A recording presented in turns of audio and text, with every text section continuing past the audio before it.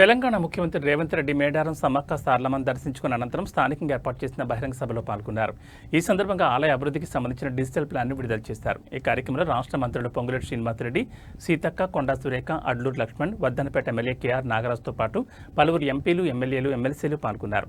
మేడారం ఆలయ అభివృద్ధి కేవలం ఒక బాధ్యత మాత్రమే కాదని అది భావోద్వేగంతో కూడిన అంశమని సీఎం రేవంత్ అన్నారు.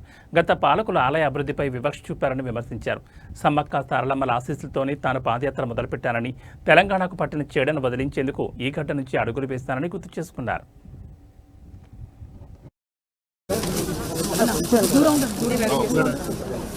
అభివృద్ధి కార్యక్రమాలు చేయాలన్న సంకల్పంతో ముందుకు వెళ్తున్నాం. అభివృద్ధి అంటే అద్దాల మేడలు, రంగుల గోడలే కాదు, ప్రజల జీవన ప్రమాణాలు పెంచాలి. ముఖ్యంగా ఆదివాసీలు అంటే ఈ దేశం యొక్క మూలవాసులు.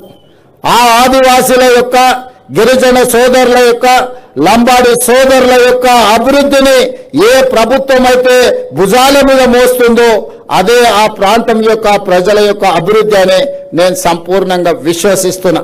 అందుకే ఈనాడు ఆదివాసీ ప్రాంతాలలో, తండాలలో, గూడాలలో, మారుమూల పల్లెల్లో వాళ్ళ యొక్క సంక్షేమానికి, వాళ్ళ యొక్క అభివృద్ధి కార్యక్రమాలకి ఈరోజు ప్రభుత్వం ప్రణాళికలు అందిస్తుంది.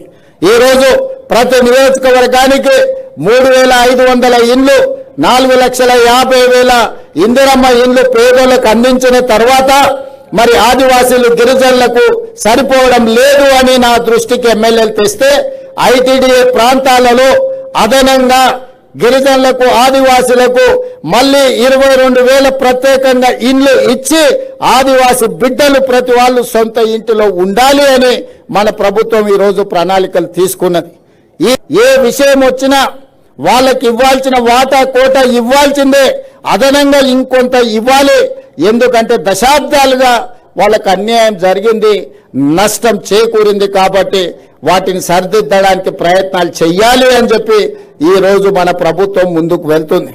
అందుకే ఈనాడు సన్న బియ్యం ఇచ్చిన, రేషన్ కార్డులు ఇచ్చిన, రైతు రుణమాఫీ చేసిన, రైతు భరోసా పథకాన్ని అమలు చేసిన, ఇందిరమ్మ ఇండ్లు ఇచ్చిన, ఈరోజు దేవాలయాల అభివృద్ధి కార్యక్రమాలను చేపట్టిన, ఆదివాసులను, గిరిజనులను దృష్టిలో పెట్టుకొని వాళ్ళకి ఏ విధంగా మేలు జరుగుతుందో దాని ప్రకారం ప్రణాళికలు సిద్ధం చేసుకొని ఈనాడు మన ప్రభుత్వం ముందుకు వెళ్తుంది.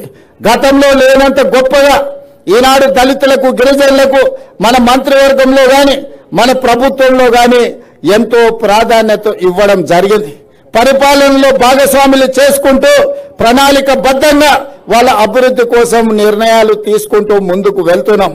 ఇవాళ మిత్రులారా, ఈ కార్యక్రమం ఈరోజు సమ్మక్క సారలమ్మ గద్దెల మరియు ప్రాంగణ అభివృద్ధి పునర్నిర్మాణ కార్యక్రమము జీవితంలో వచ్చిన గొప్ప అవకాశం.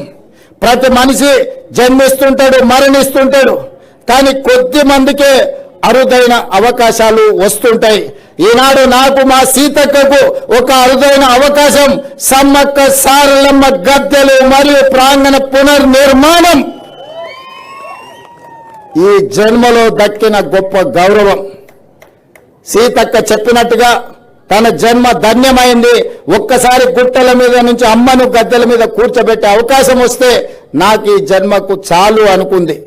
కానీ గతంలో ఇతరుల దగ్గరికి వెళ్ళి